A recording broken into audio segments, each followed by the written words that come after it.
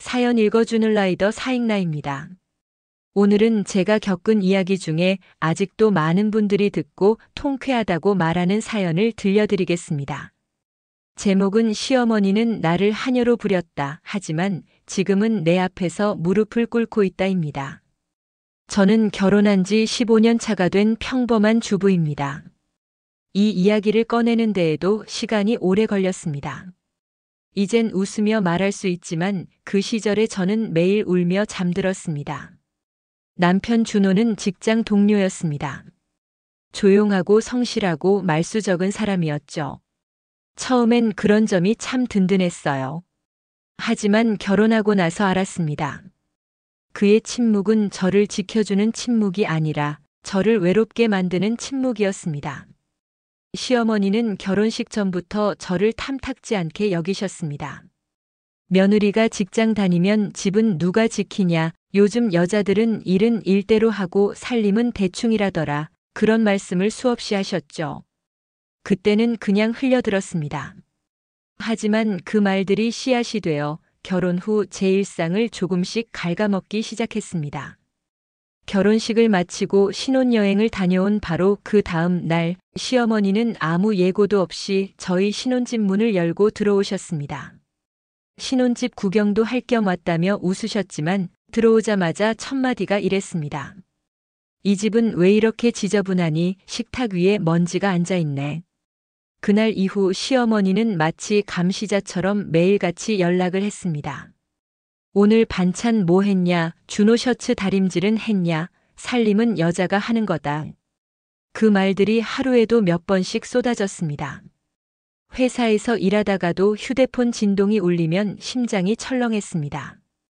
혹시 또 무슨 잔소리를 하실까, 오늘은 또 뭐가 잘못됐다고 하실까. 그 생각만으로 숨이 막혔습니다. 어머니, 저도 일하니까 조금은 도와주셨으면 좋겠어요. 용기 내서 그렇게 말했을 때 시어머니는 단호하게 말씀하셨습니다. 며느리는 일보다 남편이 먼저야. 남편 밥 잘 챙기고 옷 깨끗하게 해주는 게 내 일이지. 그 말을 들은 남편은 고개를 숙인 채 아무 말도 하지 않았습니다. 그 침묵이 저는 제일 원망스러웠습니다. 결혼한 지 한 달쯤 됐을 때였습니다. 시어머니가 전화해서 이렇게 말씀하셨습니다. 내일 점심까지 음식 좀 해놔. 우리 친척들이 점심 먹으러 간다. 전 깜짝 놀랐습니다. 어머니, 저 내일 출근인데요. 그랬더니 시어머니는 이렇게 말했습니다. 그럼 새벽에 일어나서 하면 되지. 요즘 사람들은 참 편하게 살려고만 해. 그날 새벽 4시에 일어나 불고기, 잡채, 전을 부쳤습니다. 손가락엔 화상이 나고 눈물이 쏟아졌지만 며느리니까 라는 말 하나로 버텼습니다. 하지만 다음 날 시어머니의 한마디에 제 마음은 완전히 무너졌습니다. 이건 간이 왜 이래? 너희 친정에서는 이렇게 밥을 해? 그 앞에서 웃어야 했던 제 자신이 너무 초라했습니다. 그 후로 시어머니는 점점 더 노골적으로 저를 부렸습니다. 우리 집 청소 좀 해줘라. 내 허리가 아파서 못하겠다. 김장철이니까 와서 김치 담그고 가라. 친척집 제사 있으니까 새벽에 나와라. 그럴 때마다 남편은 늘 같은 말만 했습니다. 우리 엄마 원래 저래. 그냥 참고 넘어가자. 참고 넘어가면 다음엔 더 큰 무례가 찾아왔습니다. 어느 날이었습니다. 시어머니가 갑자기 전화를 걸더니 이러셨습니다. 너 이번 주 토요일에 시간 되지? 우리 동네에 새로 생긴 음식점 있는데 내가 와서 같이 가자. 순간 반가웠습니다. 처음으로 시어머니가 함께 식사하자고 하니까 이제 관계가 조금 나아지는 건가 싶었죠. 하지만 그건 제 착각이었습니다. 식당에 도착했을 때 시어머니 옆엔 낯선 중년 여자가 앉아 있었습니다. 시어머니는 웃으며 말했습니다. 이분이 우리 동네 박여사야. 아들 있다는데 내 또래라더라. 혹시 내 친구 중에 결혼 안 한 애 있으면 소개 좀 시켜줘. 그 자리에서 제 남편 이야기는 단 한마디도 나오지 않았습니다. 며느리인 저는 그냥 들러리였어요. 그리고 계산할 때 시어머니는 아무렇지 않게 말했습니다. 너가 카드 있지? 내가 계산해. 그날 집으로 돌아오며 저는 울지 않았습니다. 눈물이 아니라 분노가 치밀었기 때문이었죠. 내가 왜 이러고 살아야 하지? 왜 누구 하나 나를 지켜주지 않는 거지? 그날 처음으로 그런 생각이 들었습니다. 하지만 그때까지만 해도 몰랐습니다. 이건 아직 시작에 불과하다는 걸. 그날 이후 저는 결심했습니다. 이대로는 안 되겠다고요. 하지만 시어머니는 그런 제 마음을 알 리 없었습니다. 며칠 후였습니다. 회사에서 일하고 있는데 시어머니한테 전화가 왔습니다. 목소리가 잔뜩 상기되어 있었습니다. 오늘 퇴근하고 바로 우리 집으로 와라. 할 말이 있다. 저는 무슨 일인가 싶어 허겁지겁 갔습니다. 그런데 거실에 들어서자마자 들려온 말이 아직도 잊히질 않습니다. 너 이건 뭐야? 시어머니는 제 SNS 사진을 들고 계셨습니다. 회사 동료들이랑 회식 자리에서 찍은 사진이었죠. 남자 직원이랑 찍은 사진 하나를 확대해서 제 앞에 들이대셨습니다. 요즘은 며느리들이 이렇게 남자들이랑 어울려 다니나? 결혼한 여자가 이런 데서 사진을 찍고 다녀. 너는 체면이란 게 없어. 저는 당황해서 설명했습니다. 어머니, 회식 자리예요. 부서 전부 있었어요. 그랬더니 시어머니는 제 말을 끊으며 소리쳤습니다. 말은 참 잘한다. 이래서 내가 직장 다니는 며느리 싫다 했지. 남사스럽게 남자들이랑 사진 찍고 술 먹고. 이게 어디 시집살이 하는 여자의 꼴이야. 그날 이후 시어머니는 제 모든 행동을 의심하기 시작했습니다. 누구랑 통화하냐, 몇 시에 퇴근하냐, 왜 늦었냐, 심지어 제 가방까지 뒤지셨습니다. 그때마다 남편 준호는 말했습니다. 엄마가 걱정돼서 그러는 거야. 그냥 이해해. 하지만 저는 점점 더 외로워지고 있었습니다. 시어머니는 제 마음을 짓밟는 말을 아무렇지 않게 던졌습니다. 며느리는 내 딸이 아니라 남의 집 사람이지. 내가 너 챙겨줄 이유 없어. 그 말을 듣고 저는 아무 말도 하지 못했습니다. 눈물이 차올랐지만 꾹 참았어요. 괜히 말 꺼냈다간 또 싸움이 될 테니까요. 그날 밤 저는 방에서 혼자 이불을 덮고 울었습니다. 결혼하면 행복할 줄 알았는데 왜 매일이 이렇게 괴로운 걸까? 시간이 조금 흘렀습니다. 그날은 여름이 막 시작되던 무렵이었어요. 시어머니가 전화를 걸어왔습니다. 너 이번 주에 김장하러 와야 돼. 저는 깜짝 놀랐습니다. 어머니, 여름엔 김장 안 하지 않나요? 그랬더니 시어머니는 코웃음을 치며 말했습니다. 요즘은 냉장고가 있으니까 아무 때나 김장하면 돼. 어쨌든 와. 그날 저는 결국 회사를 하루 쉬고 시댁으로 갔습니다. 도착하자마자 시어머니는 마당 한가운데에 절 세워두고 말했습니다. 저 배추는 내가 다 다듬어. 그 옆에 고춧가루랑 양념 있으니까 알아서 해. 그날 저는 오전 8시부터 밤 9시까지 서 있었습니다. 허리가 끊어질 것 같았고 손끝은 짓물러 있었습니다. 그런데 시어머니는 저녁 무렵 이렇게 말했습니다. 그래도 시집 와서 일할 줄은 아네. 우리 집에 이런 며느리가 들어왔어야 했지. 칭찬처럼 들렸지만 제겐 모욕이었습니다. 그날 밤 집에 돌아와서 거울을 봤습니다. 손톱 밑엔 고춧가루가 박혀 있었고 얼굴엔 기름때가 묻어 있었습니다. 그때 처음으로 생각했습니다. 이건 가족이 아니다. 이건 노예다. 며칠 후 저는 남편에게 말했습니다. 준호야, 우리 따로 살면 안 될까? 시어머니랑 거리를 좀 두면 좋을 것 같아. 남편은 잠시 침묵하더니 한숨을 쉬었습니다. 엄마가 그거 들으면 난리 날 거야. 그냥 조금만 더 참자. 그 말에 저는 마음이 꺾였습니다. 그가 내 편이 아니라는 걸 그때 확실히 알았어요. 그러던 어느 날이었습니다. 퇴근 후 집에 들어오니 거실에 시어머니가 앉아 있었습니다. 손에는 비닐봉지가 들려 있었어요. 안에는 음식 찌꺼기, 껍질, 쓰레기들이 섞여 있었습니다. 이게 뭐냐고 물으니 시어머니는 말했습니다. 너희 집 음식물 쓰레기 냄새가 나서 가져왔다. 너는 살림을 도대체 어떻게 하니? 그 말에 저는 입술을 깨물었습니다. 눈물이 나올 것 같았지만 꾹 참았습니다. 그 순간 시어머니가 제게 한 말이 아직도 생생합니다. 내가 너한테 하나만 말할게. 며느리는 집안의 하녀야. 하녀가 주인 앞에서 감히 불만을 가져선 안 돼. 그 말을 들은 순간 제 안에서 뭔가가 부서졌습니다. 그날 이후 저는 달라지기 시작했습니다. 이제 더는 참지 않겠다고 다짐했습니다. 하지만 복수는 조용히, 천천히 준비해야 한다는 걸 알고 있었죠. 그때부터 저는 제 인생을 되찾기 위한 준비를 시작했습니다. 그날 이후 저는 매일 일기를 썼습니다. 참는 대신 적었습니다. 시어머니가 무슨 말을 했고 어떤 행동을 했는지 하루하루 꼼꼼히 기록했어요. 처음엔 단순히 제 마음을 달래려는 기록이었지만 점점 저는 그것을 증거로 보기 시작했습니다.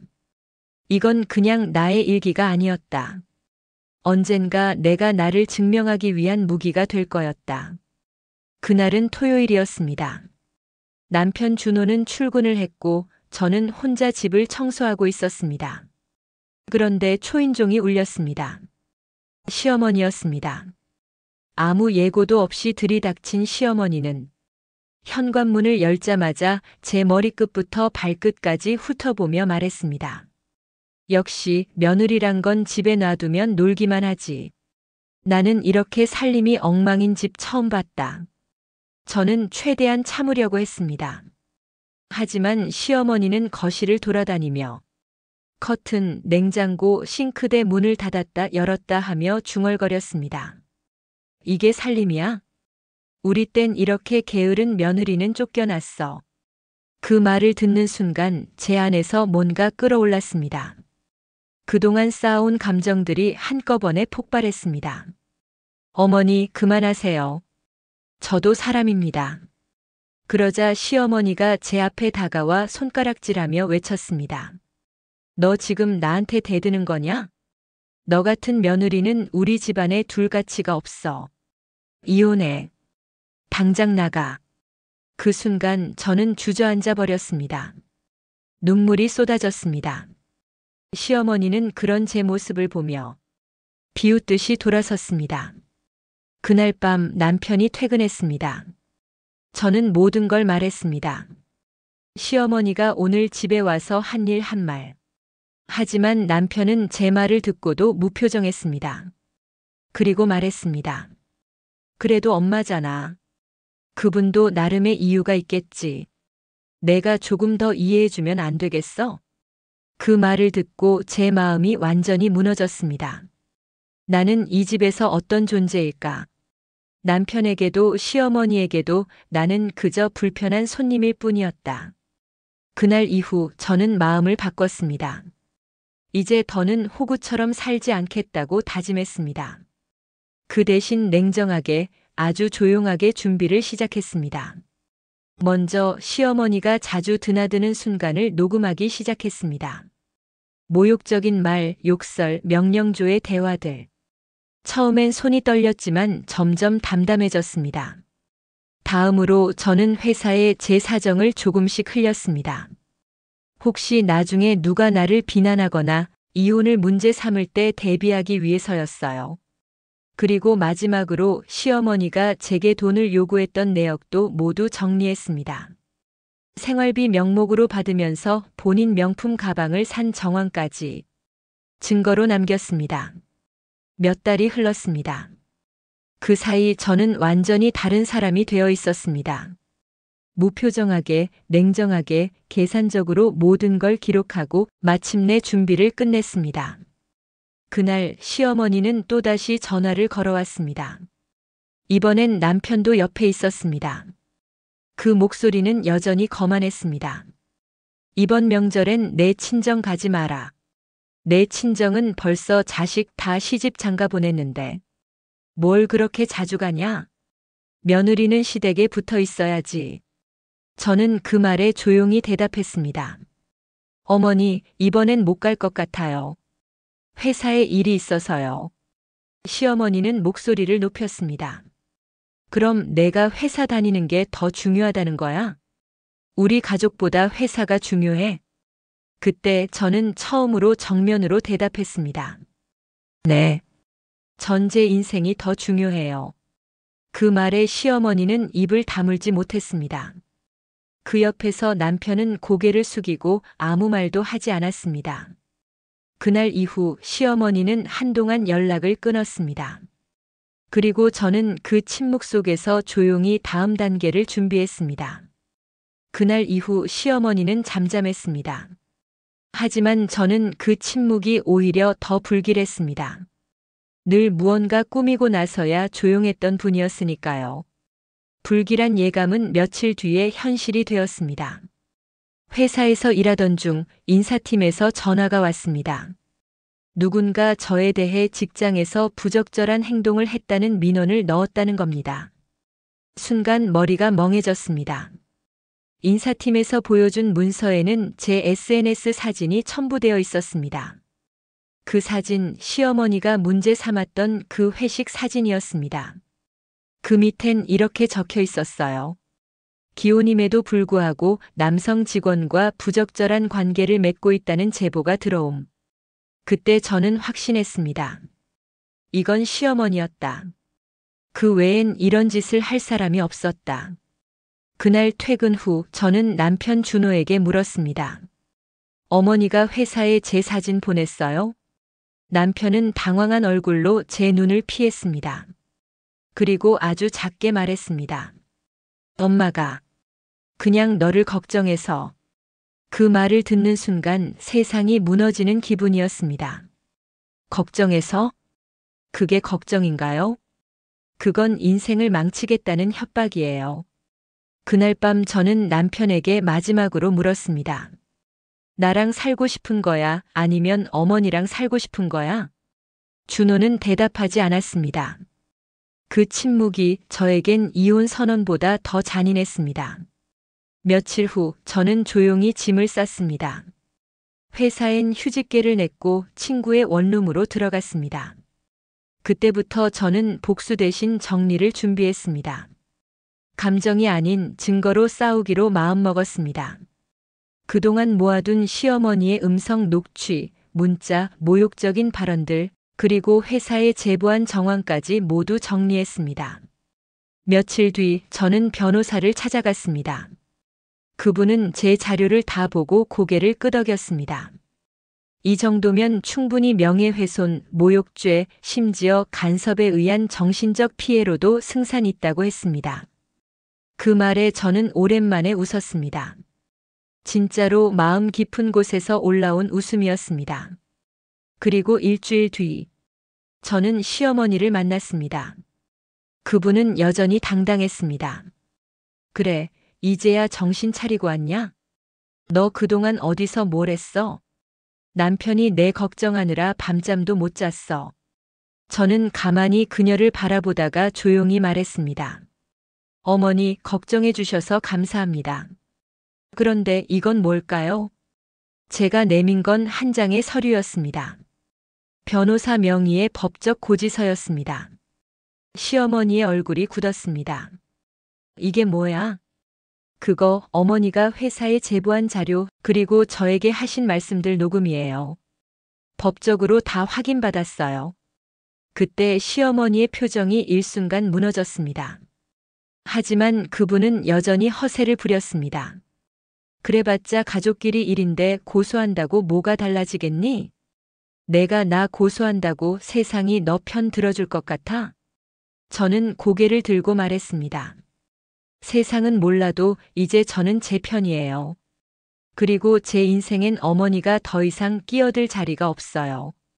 그 말을 남기고 저는 자리를 떠났습니다. 그날이 제가 진짜로 자유로워진 첫날이었습니다. 며칠 뒤 변호사로부터 연락이 왔습니다. 시어머니 쪽에서 합의 의사를 전해왔다고 했습니다. 그분은 결국 사과문을 직접 작성해야 했습니다. 며느리에게 한 부당한 언행과 허위 사실 유포에 대해 사죄드립니다. 그 문장은 제 가슴 속에서 오래 울렸습니다. 그렇게 모든 게 끝난 줄 알았습니다. 하지만 인생은 늘 예상 밖으로 흘러가죠. 몇 달 후였습니다. 시어머니가 병원에 입원했다는 소식이 들려왔습니다. 남편 준호가 연락해 왔습니다. 엄마가 많이 약해졌어. 한번 와주면 안 되겠니? 그 전화를 받고 저는 한참 동안 말이 나오지 않았습니다. 그동안 그분이 나에게 했던 짓들이 스쳐갔지만 이상하게도 마음 한켠이 흔들렸습니다. 그래서 저는 병원으로 갔습니다. 시어머니는 누워 있었고 예전의 그 당당한 표정은 사라지고 없었습니다. 저를 보자 잠시 침묵하더니 아주 약한 목소리로 말했습니다. 미안하다. 그때는 내가 잘못했어. 너를 이해하려고 하지 않았어.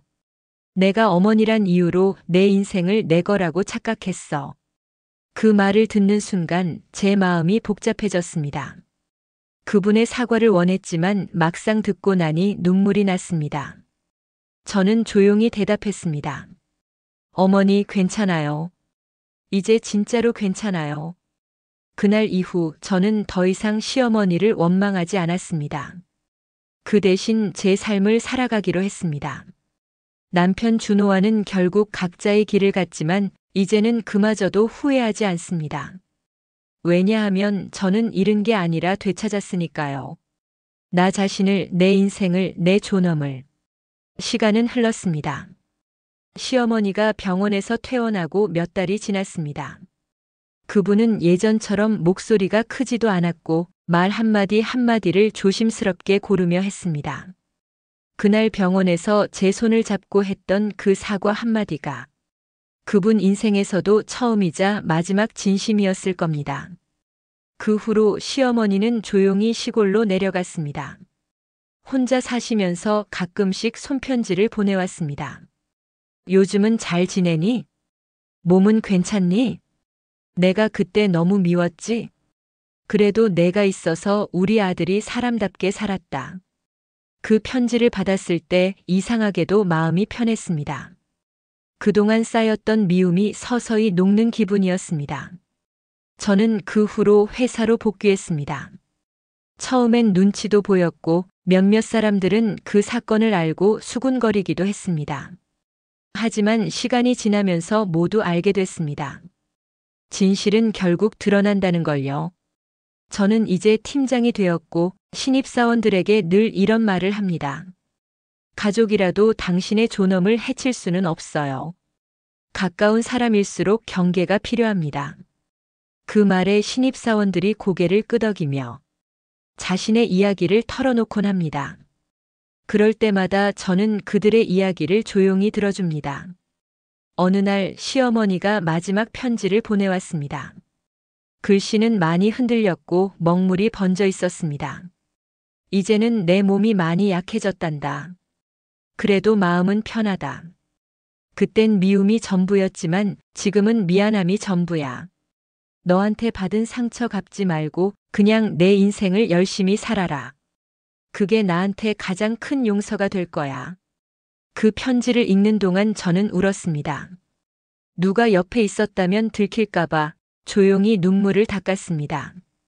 그날 밤 저는 오랜만에 그분의 사진을 꺼냈습니다. 예전의 젊은 시절 사진이었어요. 그 안에는 지금의 냉정한 모습 대신 순박하게 웃는 여자가 있었습니다. 그 웃음을 보며 문득 생각했습니다. 이 사람도 누군가의 딸이었겠지. 누군가의 며느리였겠지. 시어머니가 세상을 떠났다는 소식을 들은 건 그로부터 2달 뒤였습니다. 장례식장에는 생각보다 많은 사람들이 왔습니다. 그중엔 제가 알지 못하는 사람들도 많았습니다. 그분은 생전에 동네 어르신들을 자주 도와주셨다고 합니다.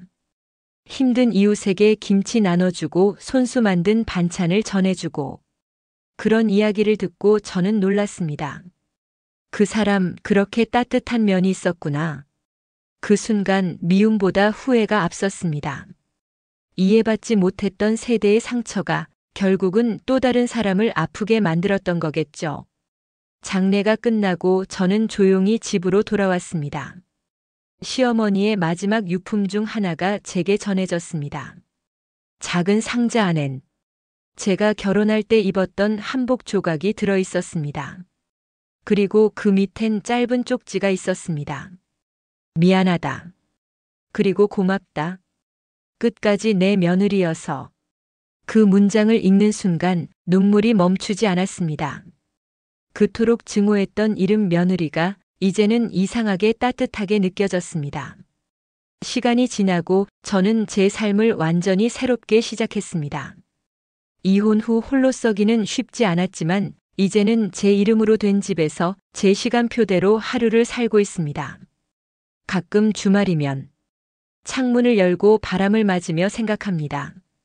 만약 그때 내가 끝까지 참았다면 지금의 나는 없었겠지. 그 생각에 저는 스스로에게 작은 미소를 보냅니다. 이젠 누가 뭐라 해도 괜찮습니다. 내 인생의 주인은 나니까요. 그리고 어느 날 우연히 한 인터넷 게시판에서 고부 갈등으로 힘들다는 젊은 며느리의 글을 보았습니다. 그 글을 읽고 저는 댓글을 하나 남겼습니다. 절대 참지 마세요. 존중받지 못하는 관계는 가족이 아닙니다. 당신의 마음이 틀린 게 아니라 그 사람의 방식이 잘못된 거예요. 스스로를 지켜야 진짜 가족을 지킬 수 있습니다. 그 댓글은 순식간에 수백 개의 공감을 받았습니다. 그리고 저는 그날 마음속으로 다짐했습니다. 이제부터 나는 누군가의 사연을 들어주는 사람이 되겠다고요. 그게 바로 지금 이 방송을 시작하게 된 이유입니다. 지금까지 사연 읽어주는 라이더 사익나였습니다. 오늘 이야기가 조금이라도 마음에 닿았다면 구독과 좋아요로 함께 해주세요. 다음 사연에서는 당신의 이야기, 당신의 눈물, 그리고 당신의 통쾌한 복수를 제가 대신 읽어드리겠습니다. 여기까지 들어주셔서 감사합니다. 사연 읽어주는 라이더 사익나였습니다.